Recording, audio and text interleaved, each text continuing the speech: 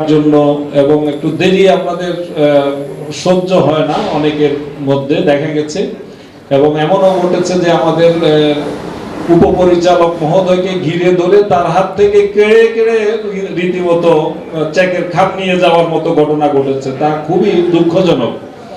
এখানে আমরা এসছি একটা সিস্টেমের মধ্যে চলে, এখানে এটা সরকারি প্রতিষ্ঠান শতভাগ, তো সেই প্রতিষ্ঠানের সবকিছু একটা সিস্টেমের মধ্যে চলে। এখানে এসছেন আপনারা রমজান মাসে কষ্ট করে এসছেন, এই জন্য আমরা আপনাদের ধন্যবাদ জানাই, কিন্তু একই সঙ্গে এখানে শৃঙ্খলার বিষয়টি আপনাদেরকে মাথায় রাখতে হবে।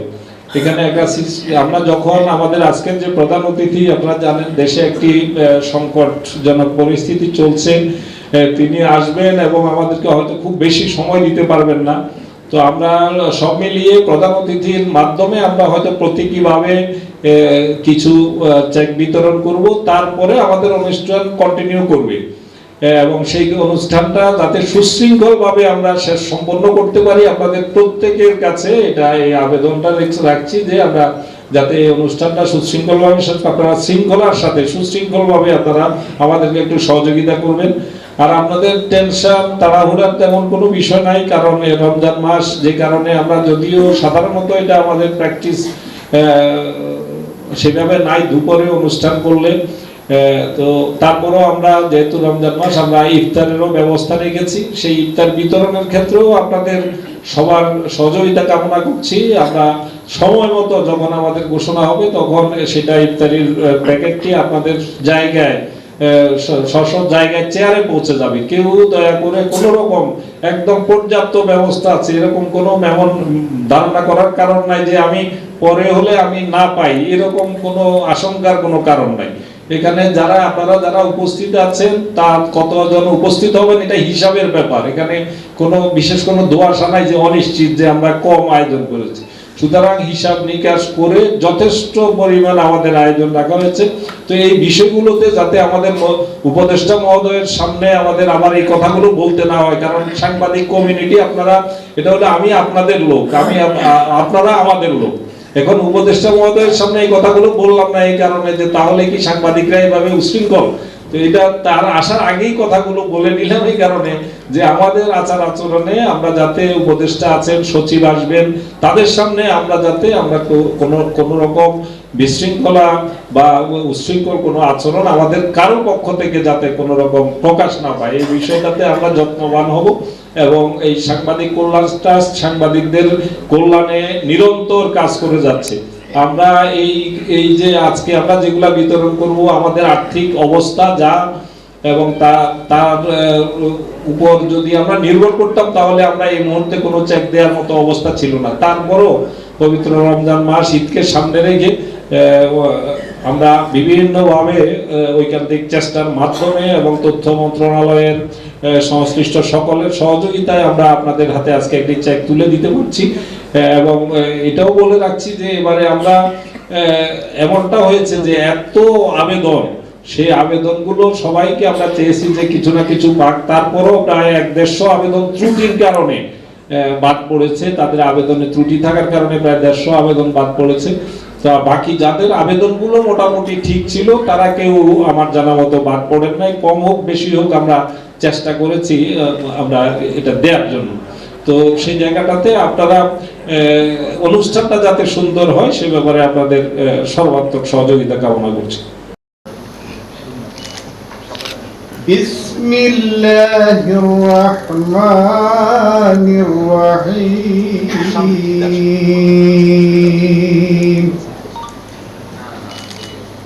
شهر رمضان الذي أنزل فيه القرآن هدى للناس وبينات من الهدى والفرقان فمن شهد منكم الشهر فليصم ومن كان منكم مريضا أو على سفر فعدة من أيام أخر يريد الله মিশনের সম্মানিত চেয়ারম্যান আমার প্রিয় কামাল ভাই, কামাল আহমেদ, আছেন আমাদের বাংলাদেশ বেতারের মহাপরিচালক। সাংবাদিকদের সুখে দুঃখে পাশে দাঁড়ানোর মধ্য দিয়ে এটি একটি আস্থার জায়গা হয়ে উঠেছে। বিশেষ করে গত বছরের 5ই আগস্টের যে ছাত্র জনতার বিপ্লব এবং গণ অভ্যুত্থান, তার আগ পর্যন্ত এটার চেহারা ছিল একরকম, আর 5ই আগস্টের পরে নতুন বাংলাদেশের সাথে সাযুজ্য রেখে এই কল্যাণ ট্রাস্ট নতুনভাবে অনেকগুলো সাংবাদিকদের কল্যাণধর্মী কাজ নিয়ে, কর্মসূচি নিয়ে কাজ করে যাচ্ছে। আমি কথা দীর্ঘায়িত করার সুযোগ নাই, কারণ আমাদের আজকের প্রধান অতিথি, তার অন্য একটি মন্ত্রিসভার একটি সভা আছে, বৈঠক আছে, সেই বৈঠকে সেই বৈঠক, তাকে সেখানে যেতে হবে বিধায় খুব আমরা সংক্ষিপ্তভাবে আজকের অনুষ্ঠানের এই পর্বটি শেষ করতে হবে। আমি শুধু এটুকু বলবো, সাংবাদিক কল্যাণ ট্রাস্ট সর্বোচ্চ স্বচ্ছতা এবং সাংবাদিকদের সত্যিকারের কল্যাণের বিষয়টি মাথায় রেখে এবং যারা পাওয়ার যোগ্য তাদেরকে বিবেচনায় নিয়ে এই নতুন বাংলাদেশের সাংবাদিক কল্যাণ ট্রাস্ট কাজ করছে। আমরা এবারে আজকের এই অনুষ্ঠানের মধ্য দিয়ে 374 জন সাংবাদিক এবং মৃত্যুবরণকারী সাংবাদিক পরিবারকে আজকে আমরা চেক তুলে দিতে যাচ্ছি, অনুদানের চেক, সম্মানীর চেক। আমরা অনুদান না বলে সম্মানই বলতে চাই, যদিও আইনে অনুদান লেখা আছে। সত্যিকার অর্থে সাংবাদিকদের আমি বিবেচনা করি যে এটা রাষ্ট্রের পক্ষ থেকে তাদের যে মেধা এবং শ্রম দিয়ে বাংলাদেশের গণতন্ত্রের পক্ষে, মানবাধিকারের পক্ষে যে বলিষ্ঠ ভূমিকা রাখে, সেই জন্য তাদের সুখে দুঃখে দাঁড়ানো রাষ্ট্রের দায়িত্ব। সেই দায়িত্বের অংশ হিসেবে আমরা এই সম্মানই দিয়ে থাকি।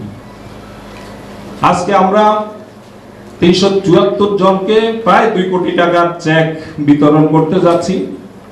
এটা আজকে ঢাকা থেকে শুরু হলো, ঢাকার বাইরেরও অনেকে এখানে আসছেন, সিলেট থেকে এসছেন, সুদূর সেই বরিশাল থেকে, ফরিদপুর থেকে, ফেনী থেকে, কুমিল্লা থেকে, অনেক জেলা থেকে আজকে এসছেন। আপনাদেরকে কষ্ট দিয়েছি, কারণ এই চেক নিয়ে আমাদেরই যাওয়ার কথা ছিল, কিন্তু কষ্ট দিতে হয়েছে এই কারণ আমাদের সামনে ঈদ উল ফিতর একেবারেই সমাগত।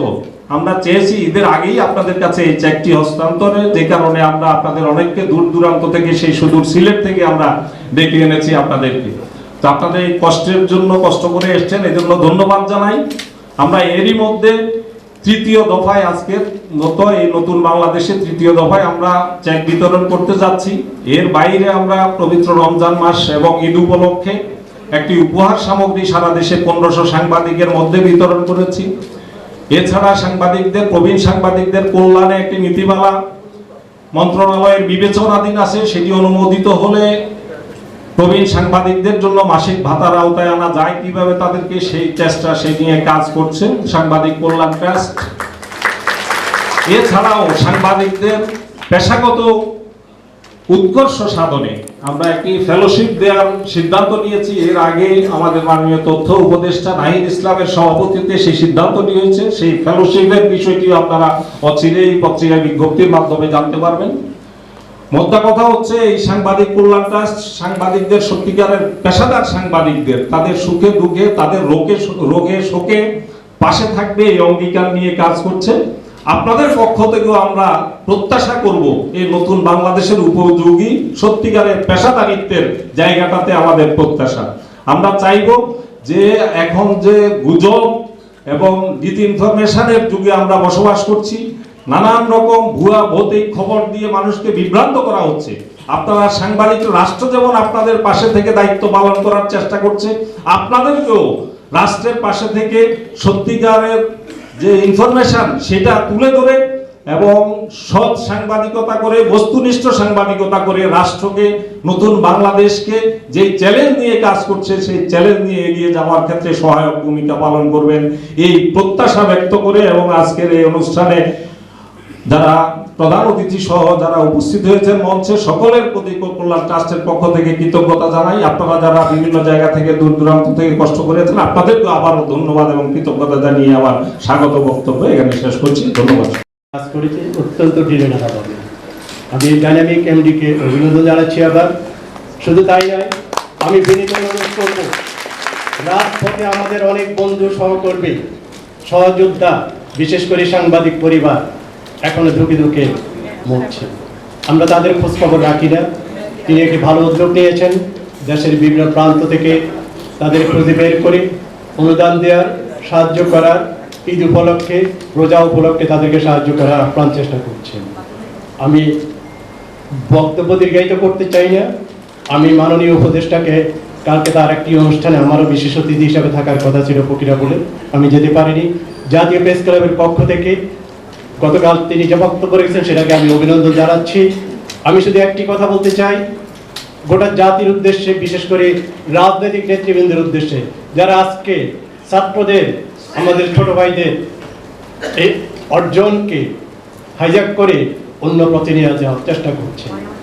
আমরা আপনাদের সাথে আছি, থাকবো। জাতীয় প্রেস ক্লাবের পক্ষ থেকে আশ্বাস দিচ্ছি, আপনারা আমাদের সহযোগিতা পাবেন। আপনারা যে রাজপথে আছেন, রাজপথে থাকুন, রাজপথে আপনাদের সাথে আমরা আছি। সবাইকে ধন্যবাদ। খোদা হাফিজ। বাংলাদেশ জিন্দাবাদ। সম্মানিত সুধীবৃন্দ, এই পর্যায়ে বক্তব্য রাখার জন্য বিনীতভাবে অনুরোধ জানাচ্ছি গণমাধ্যম সংস্কার কমিশনের সম্মানিত প্রধান জনাব। একটা সংবাদ সম্মেলন করেছি, তারপরে অফিসে ফিরছিলাম, তখন দেখা হলো যে এখানে এই অনুষ্ঠান হচ্ছে এবং আমি ঘটনাচক্রে এখানে উপস্থিত হতে বাধ্য হলাম। আমার জন্য এটা খুব বিব্রতকর যে দুস্থ সাংবাদিকদের জন্য একটা কল্যাণ ট্রাস্টের প্রয়োজন হয়েছে এবং তাদেরকে অনুষ্ঠান করে সাহায্য দিতে হচ্ছে। সেটাকে আপনি সম্মানই বলেন আর যাই বলেন, এটা খুবই দুঃখজনক। আমি এটা বিব্রত বোধ করছি। সাংবাদিকদের সাহায্যের উপরে নির্ভরশীল হওয়ার কথা না। সাংবাদিকদের বেতন ভাতা যদি ঠিক থাকতো, এই শিল্পে যদি নিয়ম নীতি মানা হতো, তাহলে এই পরিস্থিতি হয় না।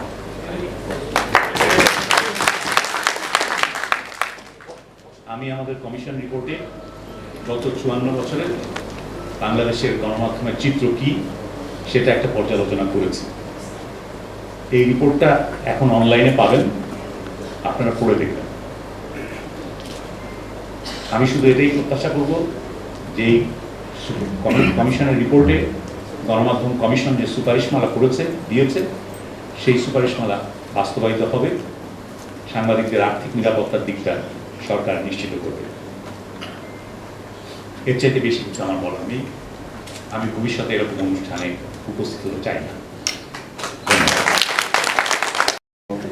হয়তো কারো বড় কোনো রোগ দেখা হয়েছে বা কারো কোনো চাহিদা আছে, এইসব জিনিস নিয়ে যে কার্যপরিধি আছে সেই অনুযায়ী যে কাজটা হচ্ছে, আমি মনে করি এটা সাংবাদিকদের জন্য বর্তমান যে পরিস্থিতি আছে এই অনুযায়ী হয়তো এটা একটা আপাতকালীন ব্যবস্থা। যেটা কামাল ভাই বললেন যে আসলে সাংবাদিকদের যদি নিয়মিত যেই বেতন এবং ভাতার কার্যক্রম আছে এবং তাদের যেই তারা যে সম্মানটা আসলে প্রাপ্য এবং যে অধিকার প্রাপ্য, ওইটা যদি থাকতো হয়তো ওই কল্যাণ ট্রাস্টের এই কাজটা ওইভাবে দরকার হতো না। আর এখন কিন্তু আমাদের বাংলাদেশের পরিস্থিতি এরকমই। আর মফস্বল, আপনাদের অনেকে আবার মফস্বল থেকে এসেছেন, হ্যাঁ, আমি যতটুকু দেখেছি মানে ঢাকা শহরেই আসলে সাংবাদিকদের একটা মানবিত জীবনযাপন করতে হয়, এটা আমরা জানি। আমি নিজেও সাংবাদিকতার জন্য চেষ্টা করেছি, তখন দেখেছি যে 10,000, 11,000, 12,000 টাকা বেতনের কথা বলে।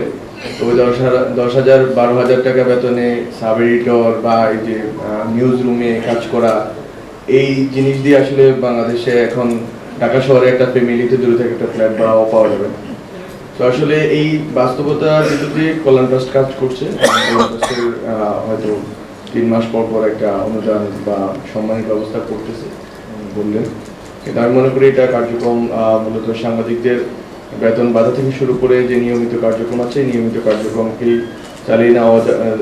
নিয়মিত কার্যক্রমের ক্ষেত্রে যেই ব্যবস্থার সুপারিশ সংস্কার কমিশন করেছে সেটা আমরা ফলো করার চেষ্টা করব। এছাড়াও এই পুরা সাংবাদিকতা ব্যবস্থাটাকে কিভাবে মালিক এবং সম্পাদকদের সাথে কথা বলে কিভাবে আরও সাংবাদিক মাধ্যম করা যায়, সাংবাদিক কল্যাণধর্মী করা যায় এবং যারা সাংবাদিক কল্যাণ ট্রাস্টের ভিতর দিয়ে যে কাজগুলো চলমান আছে সেগুলোকে কীভাবে গতিশীল করা যায়, এটা আমার একটা চেষ্টা থাকবে।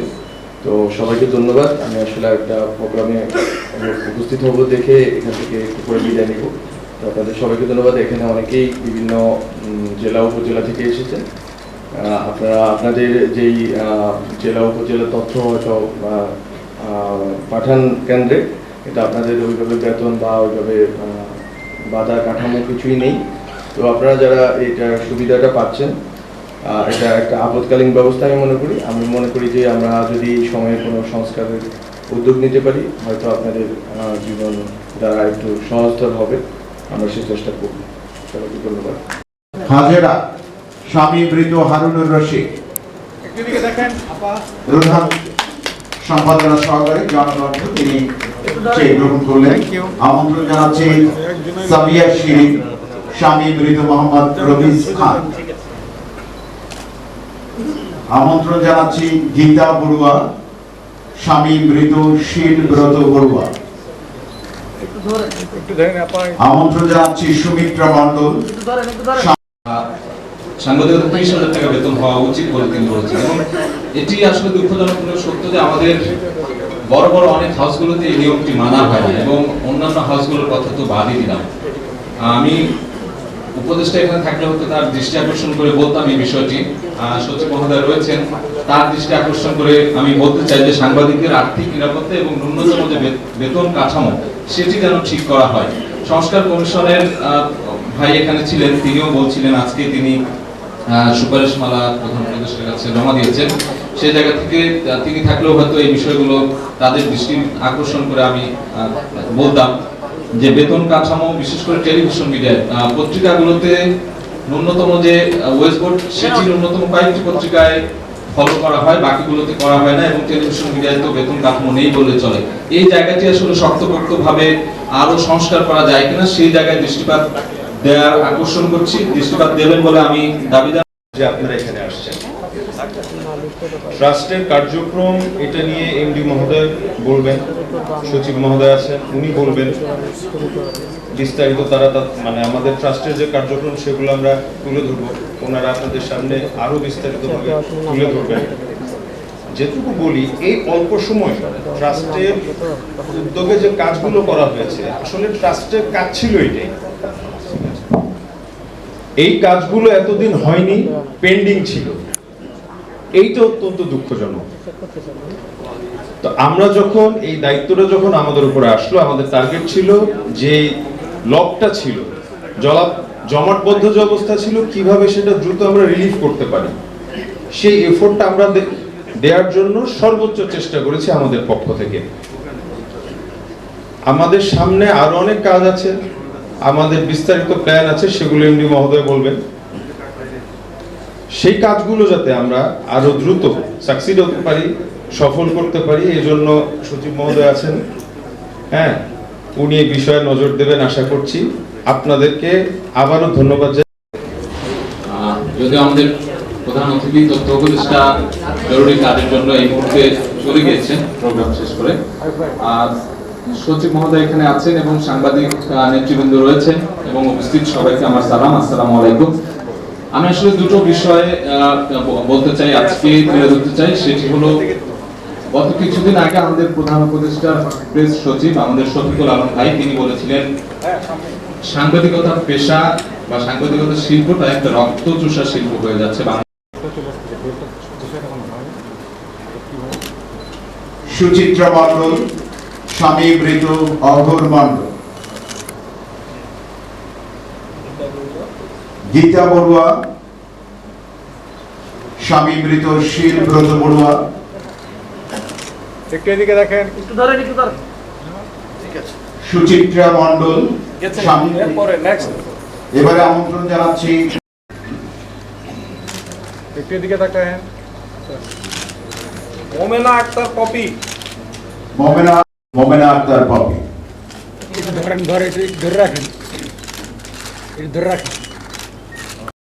কল্যাণ ট্রাস্টের এমডি আব্দুল্লাহ ভাই, আর কল্যাণ ট্রাস্টের ভাইস চেয়ারম্যান সচিব মহোদয়,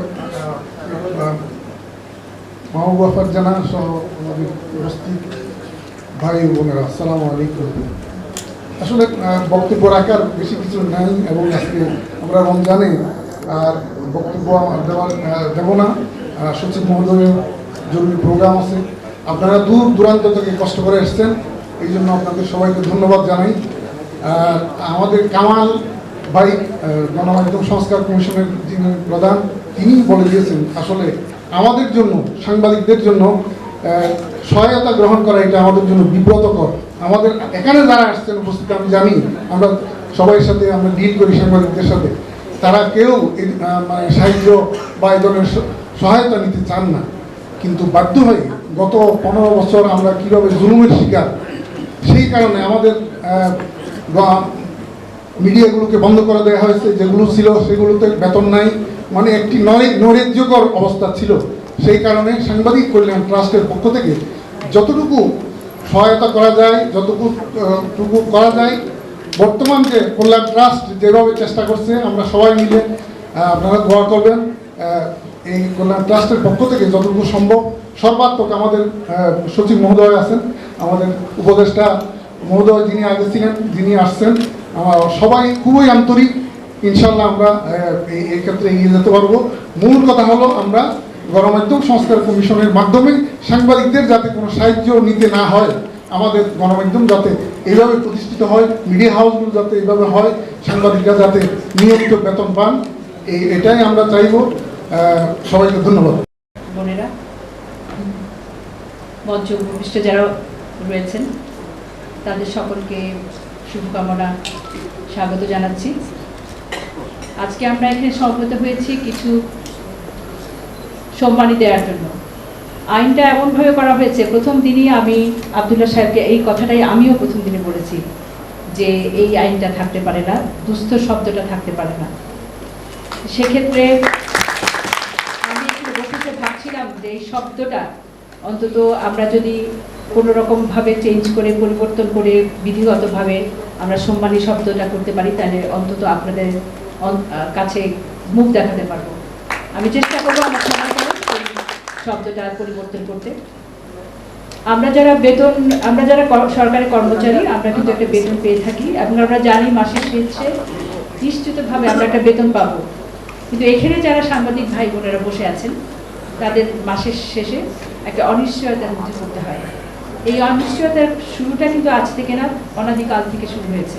আমরা আর কতকাল যাব? প্রশ্ন হচ্ছে আমরা আর কতকাল যাব?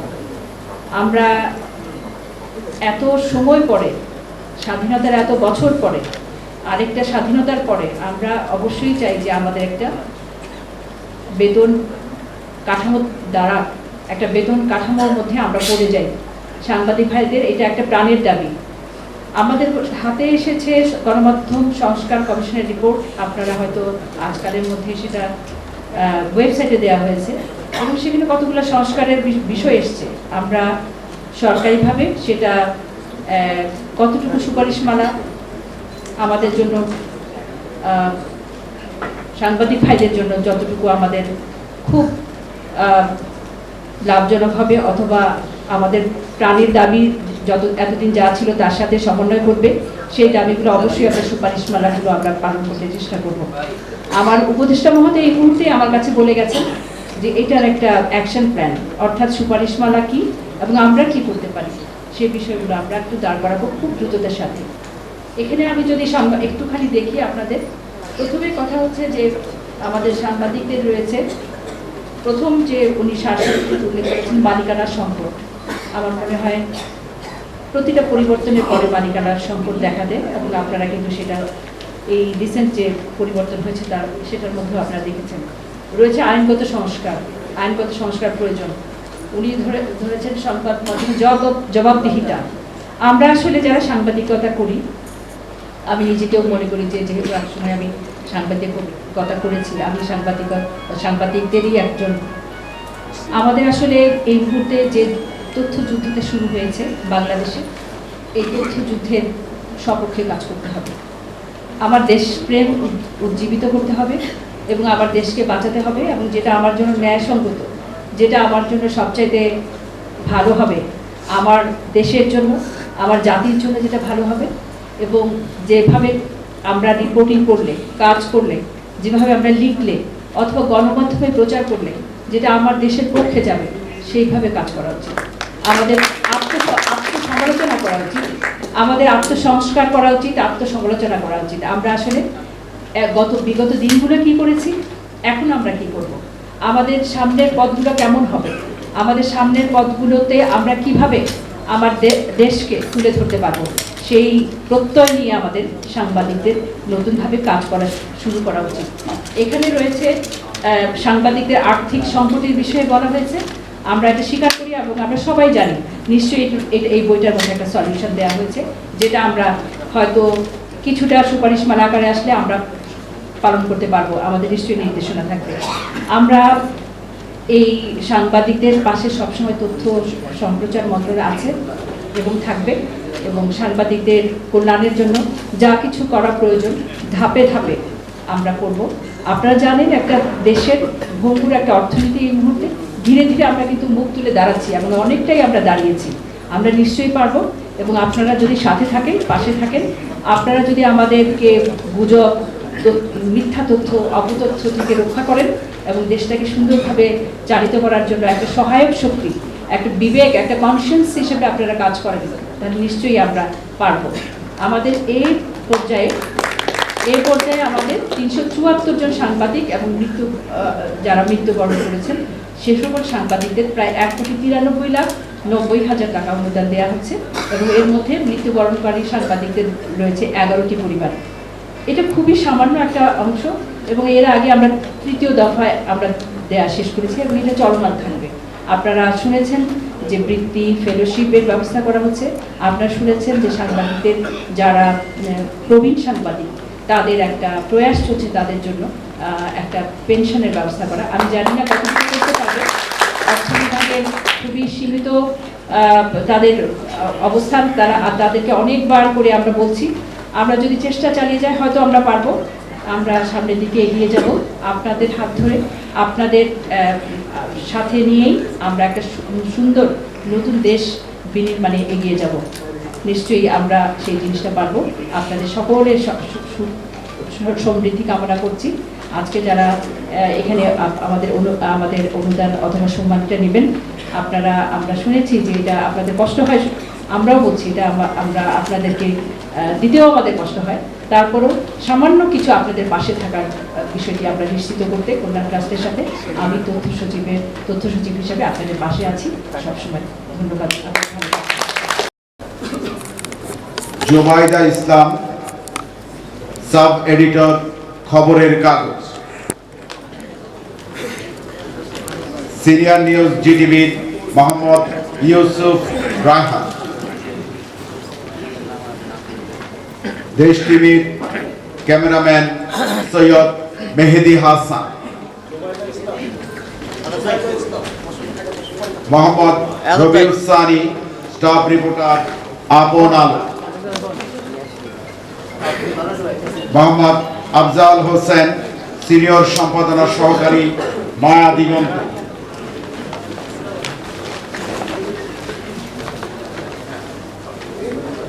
জান্নাতুল Ferdousi, senior reporter, Zee TV.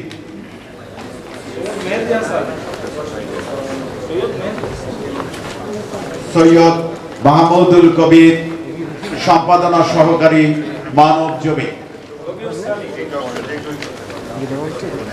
Mohammad Asad Chowdhury, photo সাংবাদিক, মর্নিং অবজারভার। না আমি ওই কাজে গেছিলাম। Mohammad Rafiq Iqbal, senior staff reporter, Ganamukti. Sub editor Nowroz. S M Abdullah Al Bappi, photo সাংবাদিক, নয়া দিগন্ত। মোহাম্মদ শরীফুল ইসলাম শরীফ, ফটো সাংবাদিক, নয়া দিগন্ত। মোহাম্মদ জাফরুল্লাহ, অতিরিক্ত বার্তা সম্পাদক, ঢাকা।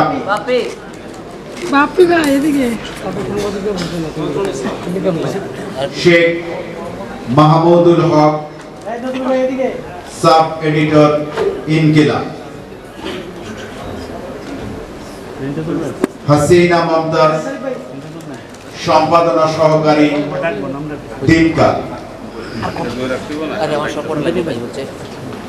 আশিক মোহাম্মদ, ফটো সাংবাদিক, observer.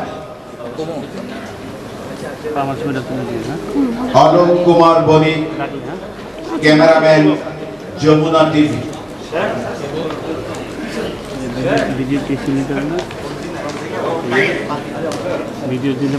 Mohammad Abdul Hai Kamrul, chief reporter, Sabuj Bangla. Mohammad Imdadul Haque Khan, senior সম্পাদনা সহকারী, বাংলাদেশের খবর। মোহাম্মদ ফুরকান আলী খান, সম্পাদনা সহকারী, যুগান্তর। মোহাম্মদ মশিউর রশিদ খান, স্টাফ ফটো সাংবাদিক, Daily tribunal.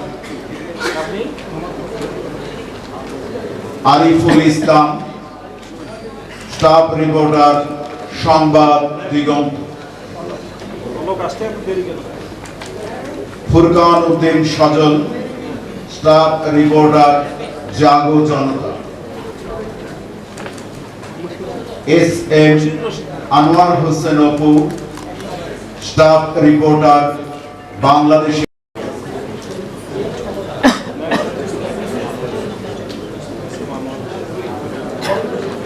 Furqan Uddin Sajal, staff reporter, Jago Janata. S M Anwar Hossain Apu, staff reporter, বাংলাদেশের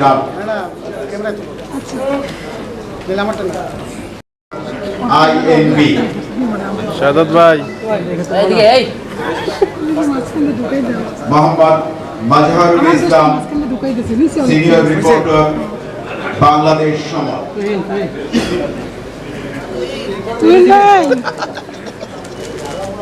মোহাম্মদ রফিকুল ইসলাম, স্টাফ রিপোর্টার, কালবেলা।